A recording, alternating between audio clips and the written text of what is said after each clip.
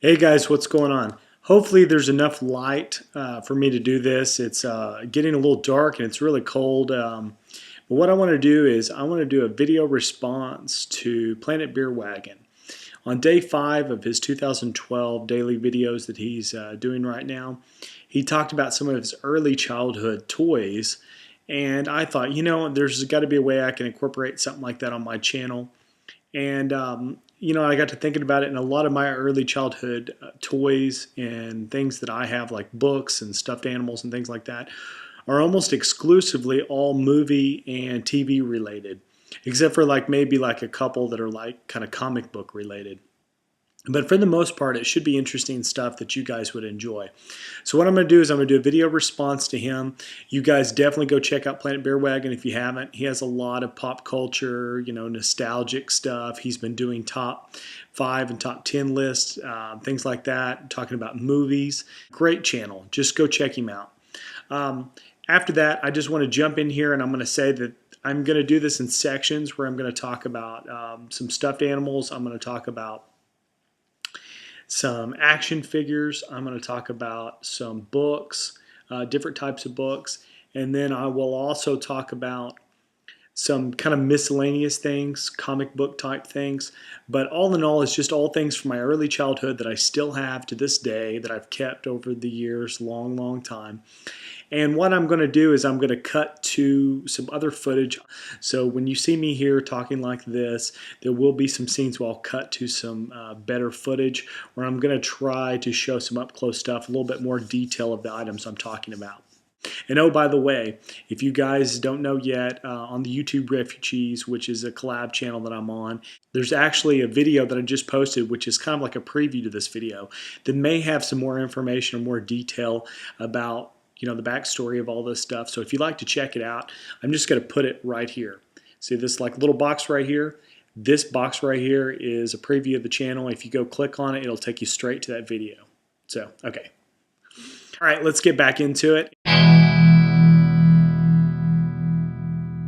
Okay, in this first section here where I have stuffed animals, this is a little guy here. I went into quite a bit of detail showing this guy on my collab channel video that I did. It's Ernie from Sesame Street. So for you guys that grew up like in the 70s and 80s, of course Sesame Street's been around forever and it's always been a big thing. He's a little worn out, but for the most part pretty good condition. This is a guy that I've had since the late 70s. I actually remember going to the mall when I was a kid and we saw this and it came in a box and it was up on a really high shelf, or at least what seemed like a really high shelf to me. And I begged and begged for this. I mean, like, it was the coolest thing I'd ever seen at that point. And I remember this guy, when I was that small, was like half the height I was. This is another one of the stuffed animals that I've actually had since the early 80s. This guy has survived quite a while considering. What was funny is the time I got this guy, I was kind of out of my stuffed animal phase. I felt like I was getting too old, but I went ahead and got it because it was related to something I really enjoyed, which was Star Wars. And this is the original Ewok of Wicket, and he actually still has his cowl, as you can see there. And this is Velcroed. I think it's right here. Yeah, there's a Velcro right here. So you can take that apart, and this actually would come off. And he would just be, he kind of reminds you of the little groundhog on Caddyshack, like if you saw him like running around down at the bottom. But yeah, this is Wicket from Return of the Jedi. Still has the tag on the back. It looks like, of course, it's Kenner, 1983. But I'll go ahead and put this back on. I was just getting to be a little bit old for stuffed animal plush type stuff. So he actually is pretty well preserved, other than just being a little bit messed up in his hair. But yeah, there's Wicket. Okay, now I'm going to get into a section where I'm going to show some books. And when I go into this section, I will do some cutaways of some better detail where you'll be able to see it directly above with good lighting. But first of all, I just want to show a certain section of books. This first section of books I'm going to show are some of my read-along books. I showed this in the other video. Here's the actual Empire Strikes Back read-along that I have. And you'll notice up in the top left-hand corner there it says record. This is what the inside looks like. As you can tell, it has pretty good pictures. These are semi-glossy, which some of these are not semi-glossy, but there's a lot of good detail on here. And this is a lot of what I looked at over and over again as I was a kid, just because I didn't have access, to the movie itself. It was before VHS. There's the record itself, still in good condition. I didn't use it very much when I was a child because I didn't have a record player. But yeah, this is The Empire Strikes Back read along with record. This next book is called Planet of the Hoojibs, I believe. It's a similar book, probably based on the comic book or possibly the comic strip that ran in the newspapers. It's just a lot of artwork, kind of not one of my more favorite books of the time, but it is a record version of the read-along that was Star Wars related. And I've had that a long time. I actually think that it held up pretty well also, just because I didn't get a chance to play the record on this one either. But as you can see, this is the record to Planet of the Hoojibs. I hope I'm pronouncing that right. Star Wars book. This next one is the Star Wars, the original movie read-along book.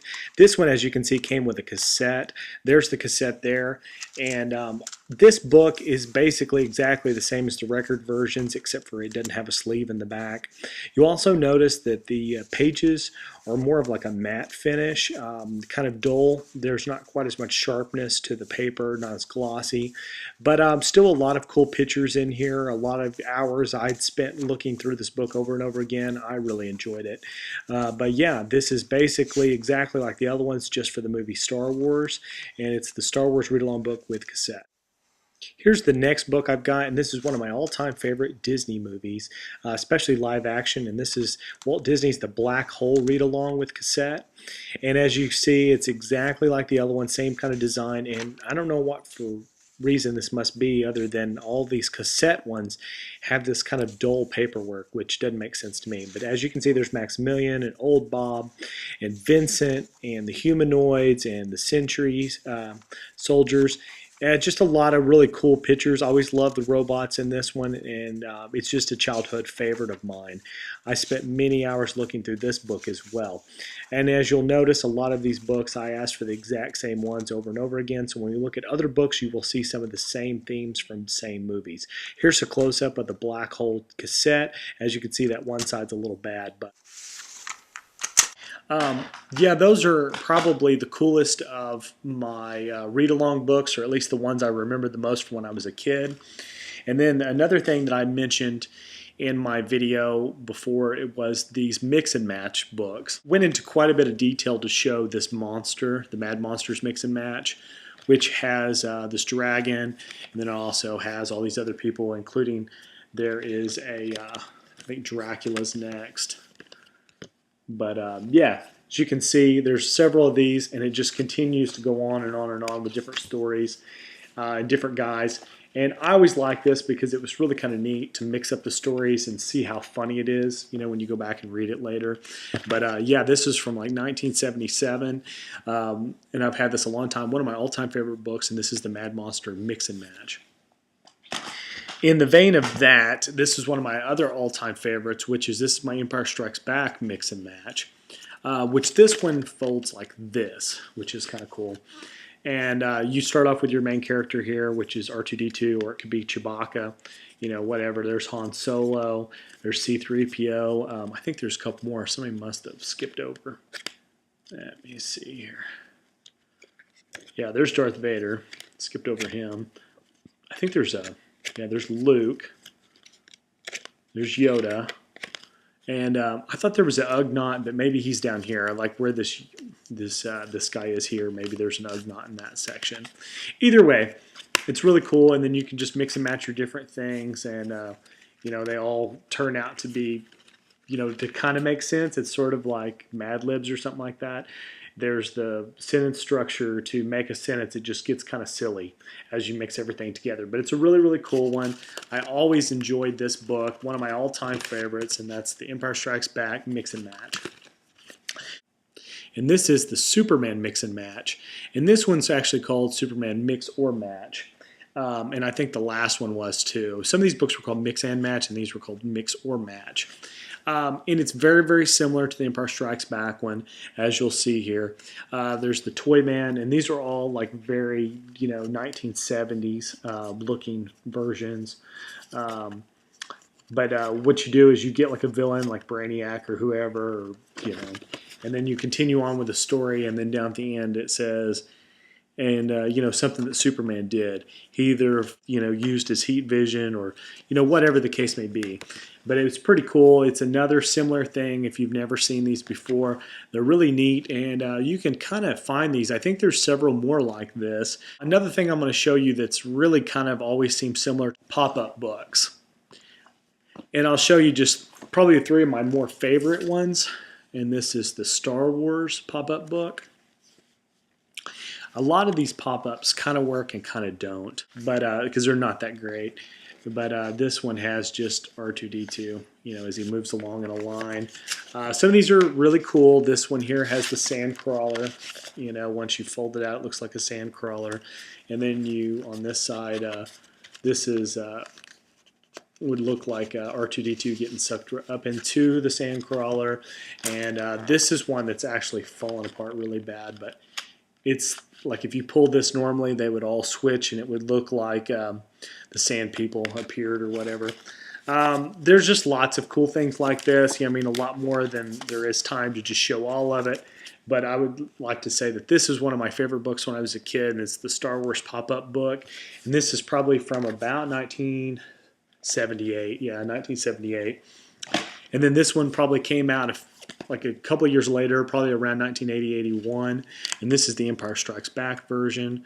There's, of course, Luke on a Tauntaun. The Tauntaun's looking kind of thin up about the neck. Here's one where he uses the Force. This little thing still works pretty good, I guess. When you get all the way up there, it looks like the lightsaber lights up. There's one with the AT-AT, and just different things. Here's Darth Vader going inside, and there's one where all of a sudden Yoda appears. A lot of cool stuff like that. I mean, of course, some of these don't work as well as they used to, but as a whole, it's a really fun, neat book. I really always enjoyed it. I always thought it was really cool. Things like this that were more interactive. It's kind of like the computer for us when we were kids. We didn't have very many interactive things, so that was really cool. The next one I'll show is the Black Hole, which, like I mentioned before, is one of my all-time favorites. In fact, I had a black hole coloring activity book that I used to really, really like, and one of the big things about it is that somebody used one of those to make me a cake when I was in kindergarten, and they'd cut out pictures from that thing and laid it along the top of the cake and stuff, just because they couldn't figure out a way to make a black hole cake. Because that's what I wanted when I was in kindergarten. I wanted a black hole cake. This here is the black hole pop-up. Has a lot of cool stuff in it. I don't know if they all work or not either, but really neat. I remember looking at this one a lot. There's a chandelier section in there that's always kind of like falling apart. It didn't work too good. There you go. But yeah, really cool. Some stuff with Vincent and Maximilian, and there's a kind of like a battle here at the end. It's supposed to look like something's like bouncing off of there or whatever. I don't know. It's not a very effective. This one's pretty cool though. It shows everything like going into the actual black hole. This book was a little bit different than the Star Wars one. It was a little bit larger. Then I'll show these three books, which are kind of like those. These are the ones I about wore out when I was a child. I had mentioned in my other video that when I was a kid, we didn't have VCR or anything until I was much older, and things like Star Wars, they would re-release it at the theater all the time, and that it was about the only way you could really see that movie because it wouldn't come on television very much until way into the 80s. So when I was a kid, a lot of what I knew about the movie after seeing it like once, I would have to remember from looking at this book. And what's funny is a lot of this stuff is more like behind the scenes. You know what I mean? Like more like promotional pictures taken, and not really directly cut from the movie. So you get these really weird scenes, as you can see maybe here, where Darth Vader there doesn't have his outer cape on. I'm not really for sure why, but he's not wearing it. And then here's one that I always thought was really weird when I was a kid. I didn't really understand why, this wasn't in the movie, and I didn't find out until really the 90s what the deal was. But here's a lot of explanation about Biggs Darklighter, which was a scene that got cut from the movie. And then this thing with this dragon over here. In the movie, you can barely see that. That's a really cool shot that I got to look at, up close when I was a kid. Some of these scenes also had a lot of detail. You could really see them up close, so I always enjoyed that. But yeah, as you can see, like this here was probably a promotional picture taking, during the making of the movie. But yeah, really cool stuff. That's the original Star Wars storybook. And then there was, of course, one for Empire Strikes Back, which I love this one as well. I used to look through it a lot. In fact, I remember looking through this one probably the most because when I was a kid, this was always my favorite Star Wars movie, and to this day, it's still my favorite Star Wars movie. A lot of cool scenes, especially I like this scene where you get to see the Bacta tank because you could see the medical droids really well. And a lot of these scenes, go so fast in the movie, and when you're a little kid, you don't get a chance to look at it very much. It was really cool to look at it. There's a lot of these like this one I always thought was really cool, but when you look at it really close, this is actually like a painting, probably like Ralph McQuarrie or somebody did that. A lot of neat stuff though, and there of course is the Bounty Hunters, which was always one of my favorites. And then, of course, last but not least, my other favorite movie of the time, which was The Black Hole. And this is the storybook that goes along with that. And really, really cool. A lot of the same scenes, just a little better quality picture. This one's just a straight storybook, so they put a lot of pictures in there. I always liked getting all my Black Hole books together. And I would get my toys, because a long time ago I used to have Black Hole action figures. I no longer have those now.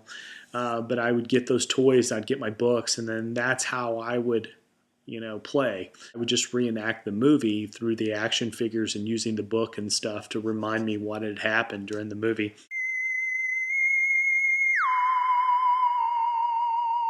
Another thing I want to show here, and this is some of the action figures that I do actually have, and these are all from the Star Wars series during the 1970s. This is the Kenner line. This here is the figure that I would mention in my other video also, which is Hammerhead. He was one of my favorite early figures. I always liked the aliens, kind of the best. This is Greedo. Everybody knows who Greedo is, of course, from the Star Wars movies. Here are some of the droids I also have. This first guy here is what they call a gonk droid. His name was a power droid in the toy line. I always thought he was really cool. He made lots of neat sounds with his legs. I also got a couple of other droids. This is C-3PO.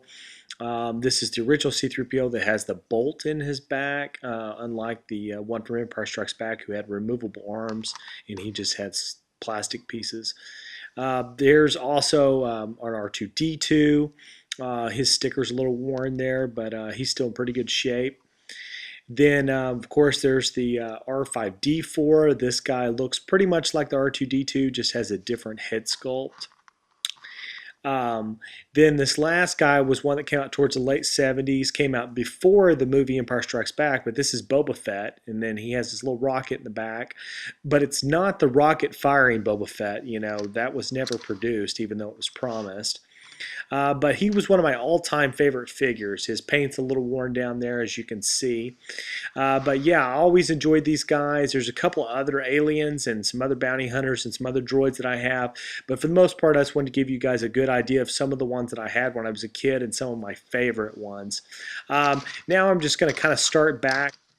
some of the packaging that goes with some of these toys. I always enjoyed the packaging because it had really cool promotional pictures, like this picture of Hammerhead on the front. Was kind of a scene that you could never really see very well in the movie, but I always thought it was cool. Always enjoyed looking at the back. As you'll notice that a lot of this stuff is kind of changed. There's the Boba Fett there in the center. When he finally came over to the Star Wars line, this was not an Empire Strikes Back line yet. Here's a Star Wars version of Greedo, the original packaging from 1978, 78, 79. And then, of course, on the back of these, they'll have really similar backing, but I always really enjoyed looking at these anyway when I was younger. But yeah, this is kind of a cool thing that I just always held on to as long as I had the toys. Some of them are a little bit more beat up than others. This Power Droid one has really taken a beating over the years. The corner's completely gone down at the bottom. It's got a bad crease in it, but still cool that it just actually exists at all, that it hasn't just completely fallen apart. This next guy here, I always thought this was kind of cool. This R5D4 looks basically the same. He's on the Star Wars packaging here on the front. But what you'll notice when we flip this over here is that they're doing a secret Star Wars action figure, which was found out later to be Bosk. This next one here is the original Boba Fett from the Star Wars card. And as you'll notice down there in the bottom right hand corner, it says a fearsome interplanetary bounty hunter, a threat to the Rebel Alliance, especially Han Solo. So this was kind of cool. This was like a preview figure here since Empire Strikes Back hadn't come out yet. And of course, he's not the rocket firing version, but still really cool. Yeah, so that's all of those.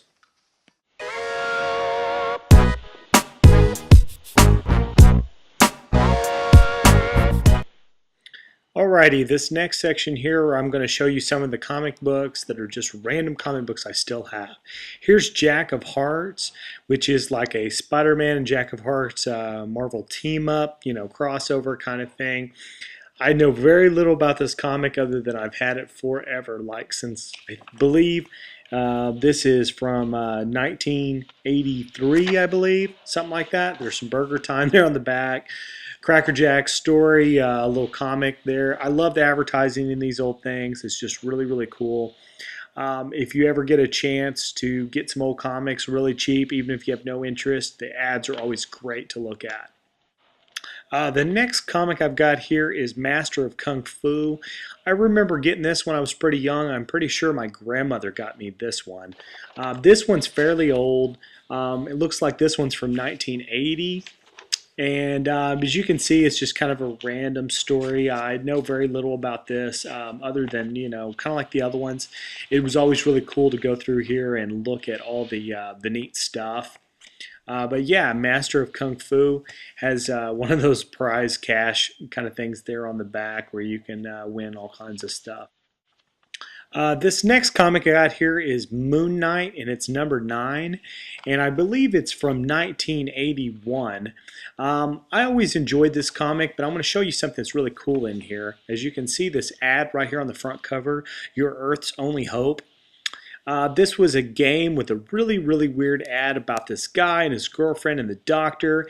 And there's a robot there that the doctor has made to shoot the guns, and there's zombies coming. I'm going to cut away to a better scan of this so you can get a good detail of how crazy this ad is. And you can just picture me being a little bitty kid looking at this picture and not knowing what the hell was going on. But I can say that I do remember having nightmares about this specific ad for a game called Attack of the Mutants, which I just think is hilarious now. So yeah, that was Moon Knight number 9, and probably not that memorable other than I remembered that ad. This next comic here is the Micronauts, and this is another just random one that I got. This is from about the exact same time, 1981, so you can see that ad that's right there in the top left-hand corner. So you'll understand why I thought about this ad as much as I did. But as far as the Micronauts go, it was probably way above my head, not too interesting as a very small child, but I always loved the artwork, I loved the ads. This one here is Amethyst, Princess of Gem World. I remember getting this one, and I want to say that my cousin picked it out and wanted me to get it for whatever reason. I'm not really for sure why, but I always thought it was kind of cool too. I know that the guy that was on the front cover that has that kind of blue striped face, I always thought that he was really cool looking. Other than that, there was no reason for me to ever buy this, but I got it, and I've had it all these years. This last comic might be one of the cooler ones other than it's not really mine. This is actually my mother's comic. When I was very small, she used to pick up House of Mystery. She liked horror comics. And I was actually really spooked by horror comics, but at the same time, now that I'm older, I really like the fact that my mom had bought these, and I would occasionally just randomly end up with them just because they were a comic book. They would get thrown in with my stuff, even though they were never meant to be mine. Now when I look back on it, I wish I had a lot more of these. I wish I still had all my mom's House of Mystery comics. I think they're really cool, and even though they're a little dated, I love the old 70s artwork in these, and all the different primary colors that they always use in the 70s comics. It just really reminds me of my childhood. But as you can see, this isn't too scary, even though I used to think it was really scary when I was a kid. And I would leave this at the bottom stack of all my comics so that I wouldn't see this cover here because I thought it was so spooky. Now here at the end, I'm going to show you some of my random things that are kind of comic book related. One of the things I still have is this Amazing Spider-Man Hot Wheels. This is like a really strange thing where I don't know if you can see it really well, but there's like kind of a hole there in the back that you can look through. I don't know if I can position that so that you could see it. And I'm sure it's almost impossible. You can slightly make out the red, yellow, colors in that little hole. What happens is when you hold this up to light and then you look through there, it's actually Spider-Man fighting Dr. Doom, which I'm not really for sure why they chose that Doctor Doom villain, but yeah, to me, I've always thought of him as more of like a Fantastic Four villain or whatever. But Spider-Man, I guess, was big at the time, and he was just a good villain for him.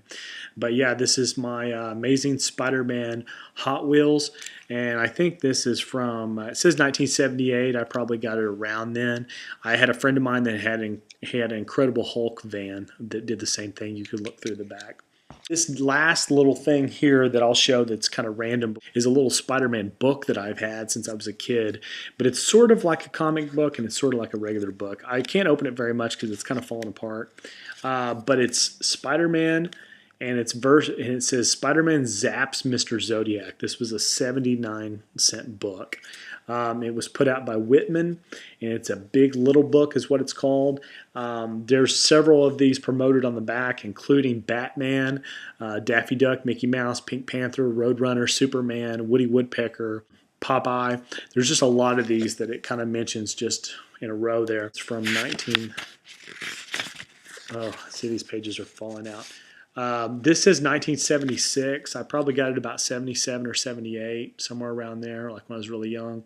But yeah, this is a Whitman book. Spider-Man Zaps Mr. Zodiac.